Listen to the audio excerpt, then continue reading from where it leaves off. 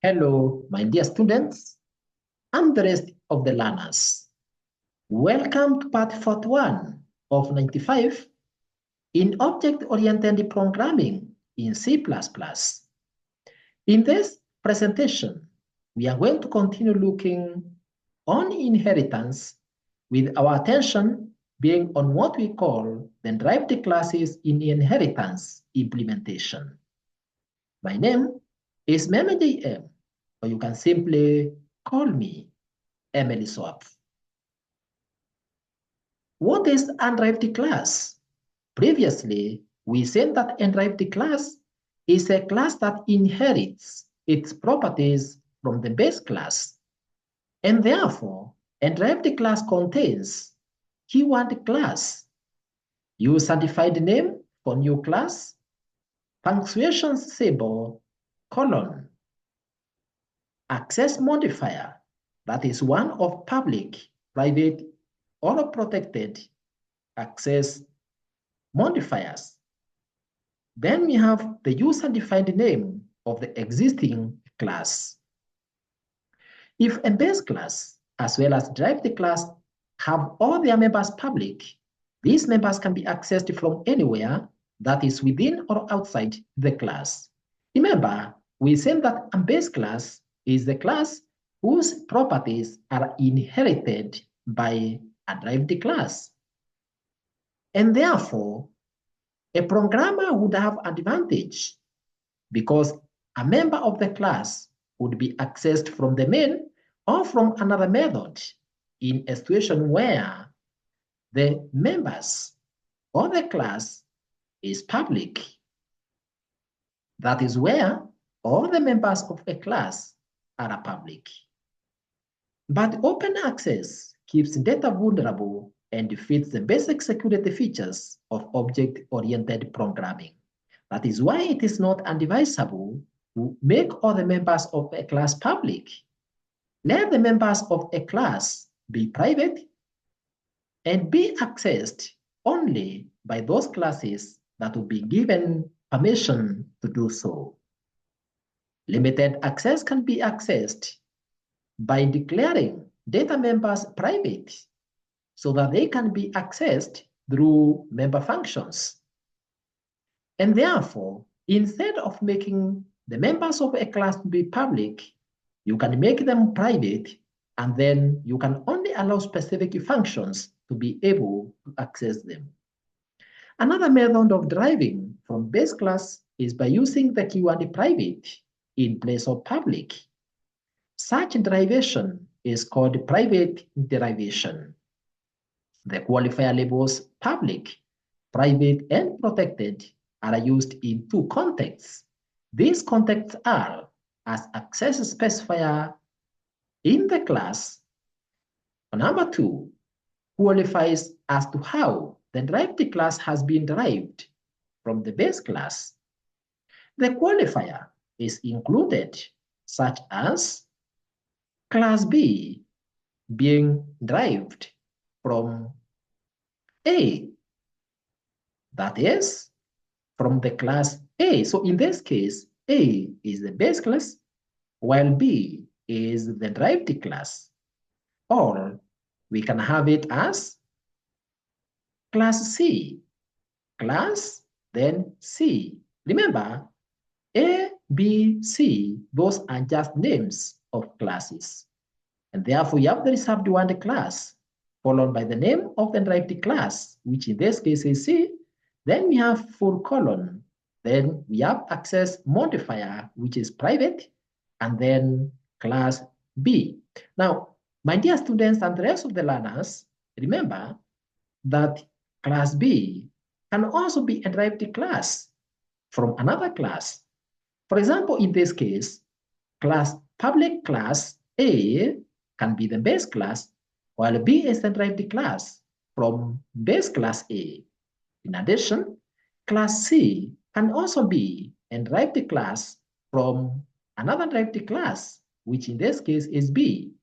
I hope you remember what we called that kind of inheritance in the previous presentations. In order to derive a class from another one, we use the operator colon in the declaration of the derived class in the following way. We have class, then derived class name, full colon, public base class name, whereby derived class name is the name of the derived class, and base class name is any name that you give of the class on which it is based. Public may be replaced by any one of other access specifiers, such as protected or private, and describes the access for the inherited members, as we can see in the following sample program. So this sample program is implementing a derived class that we call C rectangle. So our file name is a derived class. It displays the area of a rectangle. So we have hash include outstream using namespace standard. Now we have our base class, which is C polygon. So we have class C polygon, and then its definition is as follows. We have two protected members who are of type integer, that is width and height. And then on the side of public methods, we have a method that is called setValues. It is receiving two parameters, that is, one of type, or both of them are of type integer, by the names A and B. Now, what is it supposed to do? The definition of this method is as follows. Whatever value that will be received through parameter A is being assigned into the protected member called width.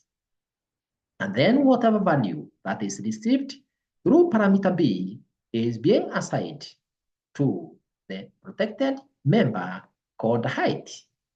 And that's what that method is going to be doing. Simply, it is assigning values to the protected members. And simply, that's the work of that class, or that's the definition of the class called C polygon. Then we have derived class. The name of this derived class is C rectangle. It is being driven or derived from C polygon, which in this case is the base class.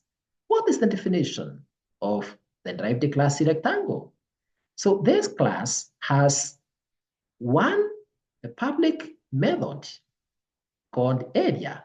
It is not receiving any parameter, but it's expected to return a value of type integer.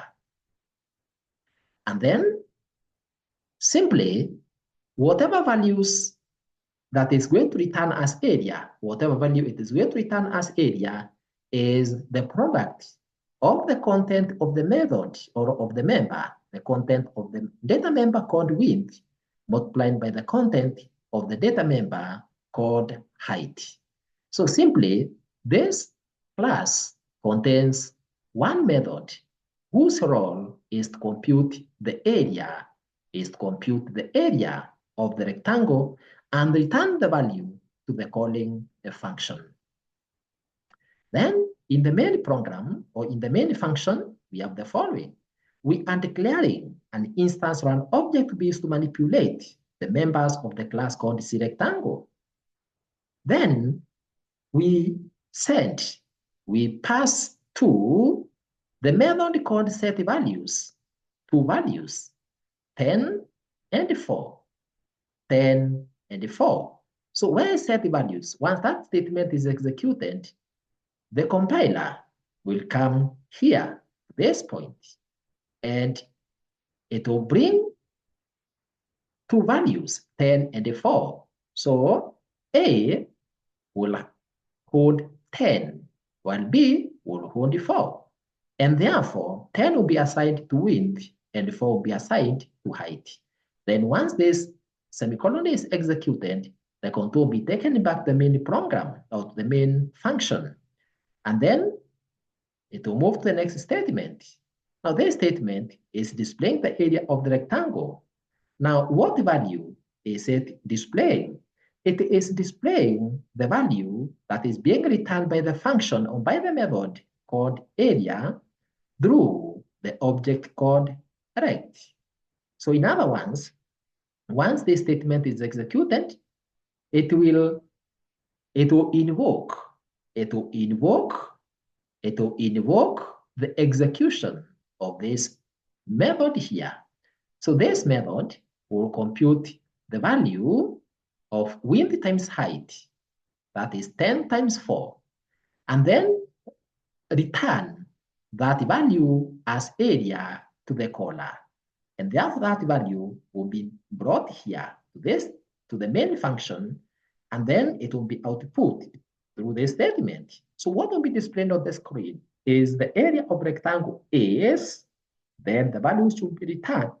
The value which will be returned, which is the product of width times height. And then once this statement is executed, then this statement will be invoked or it will be executed, which tells the compiler that you are done. Return the control back to the operating system, and the program will end.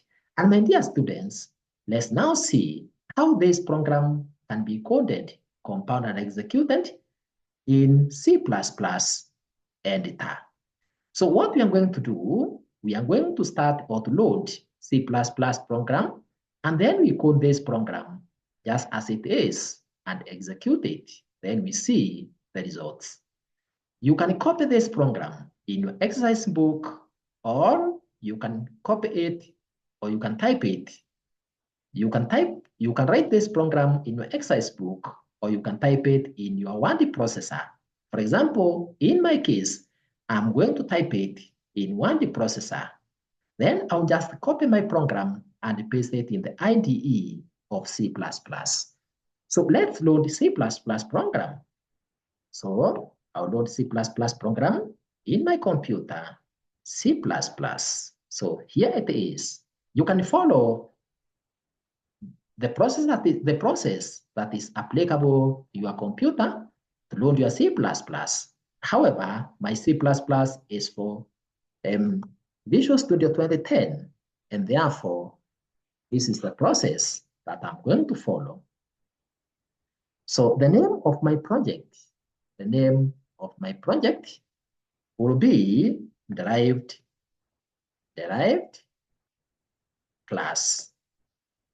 Remember, this is a program that is teaching us how to manipulate or work with derived classes in object-oriented programming. And therefore, I'm going to continue and give the name of my program as derived class. I'll click on Add. From there, I'll open my program in 1D processor, and then I'll paste it here, compile it, and execute it.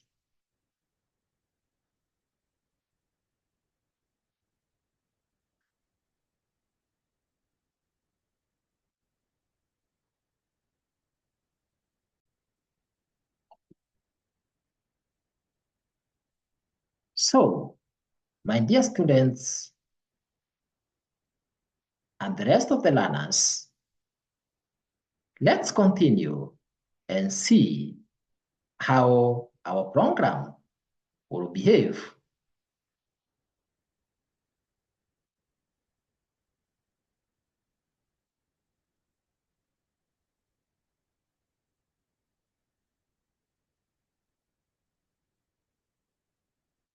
So this is how we are going to proceed. This is how we are going to proceed with our program or with our process. Let me share my screen. So this is our program. This is our program. So I'm going to copy this program. If you have written it in your exercise book, you can just type it directly on your C++ editor. And then I'll paste my program here. So that's my program. If you have typed it in your 1D processor, just copy it like we have done and paste it here. or you can just type it directly onto your IDE if you have written it in your exercise book. Once you have your program, it's always important to save it. That is your source code, and then compile it. For Visual Studio, Microsoft Visual C++ 2010 Express, you click on Build, and then you click on Build Solution. From the output section of your screen, you will see if your program has succeeded or not.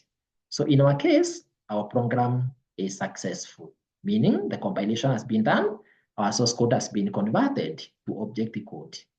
It has no errors. So from there, we can execute it. So I'll click on debug, then start without debugging. Let's see how our program will behave. So this is the output. You can see the program has simply computed the area of the rectangle and displayed it on the screen. So it has been able to pick these values, invoke this statement, pass 10 and 4 to see polygon, that is the width and the height, and then the C rectangle's function or method called area has been able to compute 10 times 4, and then that value has been sent to the caller, that is to the main function, and that's where you are seeing this is a statement that has been displayed on our screen, as you can see. And that now indicates that our program for Derived class has been successful. So we press any key to continue. So my dear students and the rest of the learners, that is how our program will behave. And with that, we have come to the end of part 41 of this series. You can now continue to part 42 of 95, in which we are going to learn about inheritance and difference in object-oriented programming. Congratulations for learning part 41 of 95 on Derived classes in inheritance implementation. You can access videos for the other parts in object-oriented programming series, as well as other computer or ICT videos by clicking or tapping on Emily Swap ICT YouTube channel below this video. Remember to subscribe to the channel by tapping on subscribe button below this video in YouTube if it's not currently reading as subscribed. For any further correspondence, kindly write it to us through the email emilyswap@gmail.com. Thank you very much for listening to me. Let's meet in 42 of this series, and God bless.